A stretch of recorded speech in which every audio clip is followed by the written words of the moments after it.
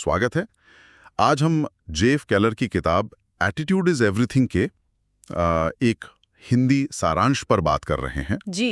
और दिलचस्प बात यह है कि केलर खुद एक वकील थे, अपने काम से बिल्कुल खुश नहीं थे, लेकिन फिर उन्होंने नजरिए की ताकत को समझा और एक कामयाब मोटिवेशनल स्पीकर बन गए। जी हाँ, बिल्कुल। और ये सारांश इसी बात पर फोकस करता है कि कैसे हमारी सोच, हमारा नजरिया असल में हमारी परिस्थितियों को, हमारी दुनिया को गढ़ता है। हाँ, तो चलिए इसके जो मुख्य पॉइंट्स हैं उन पर थोड़ी गहराई से बात करते हैं और देखते हैं कि ये हमारी रोज की जिंदगी में कैसे काम आ सकते हैं। बिल्कुल।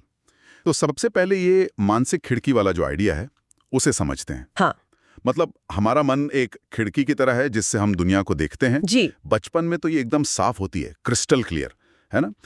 पर धीरे धीरे जैसे आलोचना, निराशा, शक, हाँ, नेगेटिविटी, हाँ, ये सब मिलकर इसे जैसे गंदा कर देते हैं, धुंधला कर देते हैं। और इसी को समझाने के लिए सारांश में वो सारा और सैम का उदाहरण है जो बहुत अच्छा है। हाँ, वो कैफे वाला। जी, दोनों एक ही कैफे में है पर सारा खुश है, सबसे अच्छे से बात कर रही है, खाने का मजा ले रही है।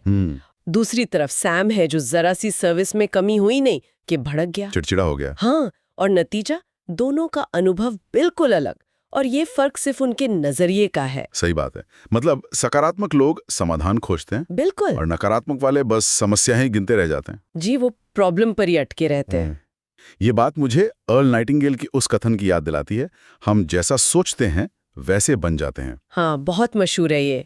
सारांश भी यही कहता है कि हमारा दिमाग एक चुंबक जैसा है।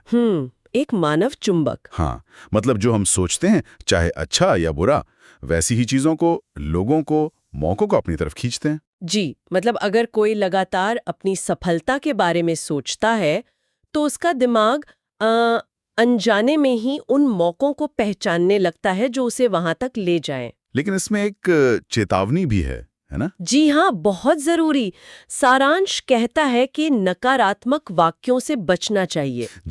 जैसे ये कहना कि मैं कर्ज से छुटकारा चाहती हूँ। अब सुनने में तो ठीक लगता है। हाँ, लगता तो है कि पॉजिटिव है, पर असल में आपका ध्यान किस पर है? कर्ज पर। अच्छा। केलर कहते हैं कि बेहतर है कहो मैं आर्थिक रूप से स्वतंत्र बन रही हूँ। ओके, मतलब फोकस उस चीज पर रखो जो चाहिए, ना कि उस पर जिससे बचना है। बिल्कुल, ध्यान हमेशा मंजिल पर, पॉजिटिव आउटकम पर। ये तो हुई सोच की बात, पर इससे रोज की जिंदगी में उतारा कैसे जाए?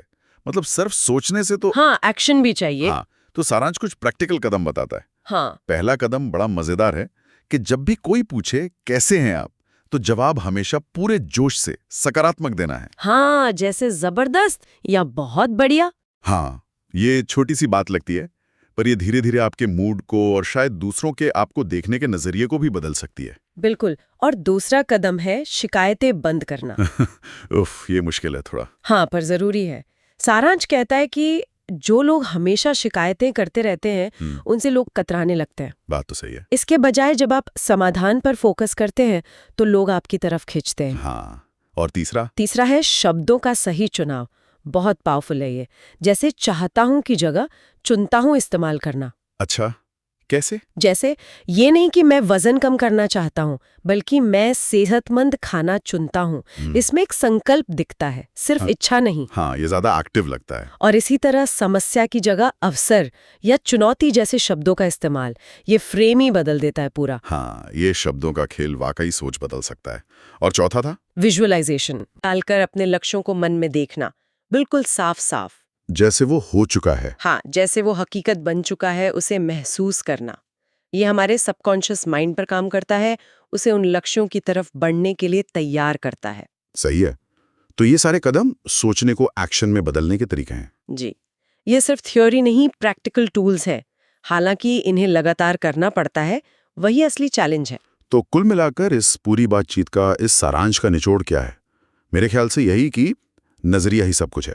बिल्कुल, एटीट्यूड इज एवरीथिंग। अगर हम अपनी वो मानसिक खिड़की साफ रखें, हाँ, सकारात्मक सोच वाला चुंबक बने, जी, और जो है उसके लिए शुक्रगुजार रहें, ग्रेटफुल रहें, तो जिंदगी बेहतर होती जाती है।